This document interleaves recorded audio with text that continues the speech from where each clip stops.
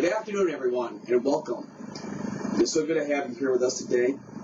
There is an exciting topic our group would love to share with you in the realm of high-speed rail, high-speed transit systems, and how this transportation is revolutionizing how society is getting from point A to B. We're going to cover three main points today, and those are going to be Asia and Europe's HSR HST systems, which are already implemented, why America should jump on board with HSR HST implementations, and the overall benefits to everyone with transitioning to this method of transportation. That all being said, I'd like to pass you all on to our next speaker, Roy, who will cover our first topic regarding HSR HST systems in Europe and Asia. Thank you, David. East Asia is at the helm of the high-speed rail and high-speed train industries. Japan itself is considered the pioneer of the high-speed train, bolstering their own trade and transport through even high-speed freight, connecting major cities together. But they're not like Europe. Japan and Taiwan are both on islands, and North and South Korea are on a peninsula. So countries like that do not interconnect with each other. But let's not forget about Europe, because Germany's doing some amazing things. Germany itself has connected 30 of its own major cities within the country.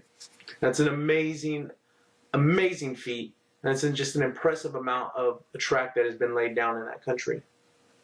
They give their patrons the amenities such as Wi-Fi, restaurants and bistros, bars, children play areas, and even air conditioning. Yes, taking the train has its benefits. In Sweden, cars and buses do not compete with the high-speed train, the X2000. It pushes the competition between the train and the plane, resulting in lower ticket fares for the passenger. Who doesn't love that? But short and medium distance travels, the high-speed train always takes the advantage. Now here's why. The baggage you take with you, you don't have to check it in, check it on. Multi-stops, they take less time on the train, and you don't have to deal with security. So I would say those are some pretty big advantages. Yet the plane still takes the advantage in the long distance travel. And who knows, someday we might see the first transnational high-speed train connecting continents together. And that would just be a phenomenal thing to witness in one's lifetime.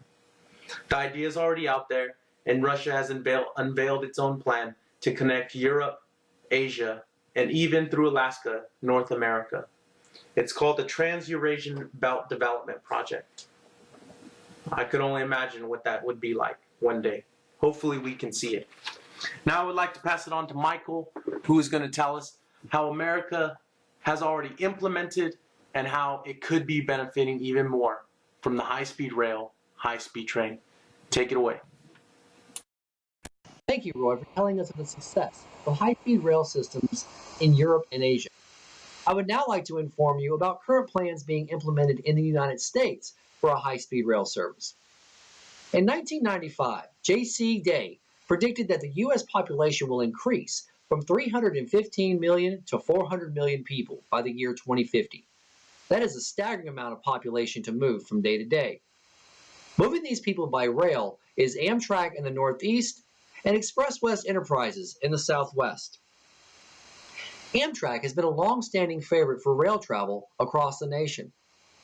In 2000, Amtrak began redesigning and electrifying their current rails that run from New York City to Washington, D.C. to Richmond, Virginia.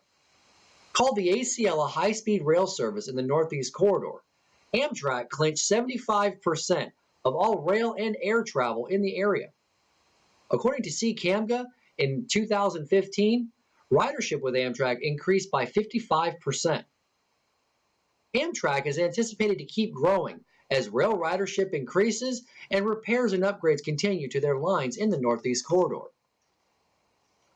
In California, starting in 2009, Express West Enterprises partnered with China to build America's first bullet train. This train will connect Los Angeles to Las Vegas and will boast a running speed of 150 miles per hour. It is predicted that this rail will reduce traffic on I-15 by 25%. Additionally, in 2015, plans for a 200-mile stretch of rail to connect San Francisco to Los Angeles will also be built. This will connect the two cities and will cut travel time in half. It will also reduce congestion on already crowded freeways. The train will not only connect people by rail, but it will also nurture a growing relationship between countries that already use high-speed rail service.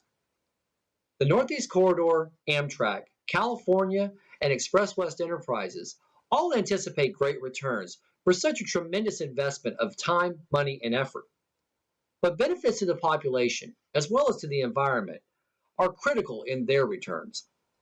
High-speed rail will become a necessity as cities continue to expand and population density increases. Now that we know about how high-speed rail is being implemented in the United States, I would now like to introduce Garrett, who will tell us of the many benefits of high-speed rail service in your city. Thank you, Michael. High-speed trains and high-speed rail systems provide many different benefits for the communities that they serve. High-speed trains help preserve the Earth's environment. The electric motors in high-speed trains are 4 times more energy efficient than cars and planes.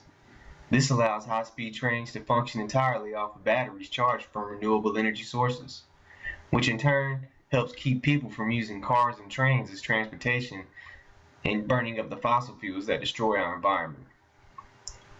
High-speed rail systems also help provide jobs to the local communities that they serve every day. In California, the high-speed rail system is estimated to bring 67,000 new jobs annually to San Francisco and Los Angeles over a 15-year span.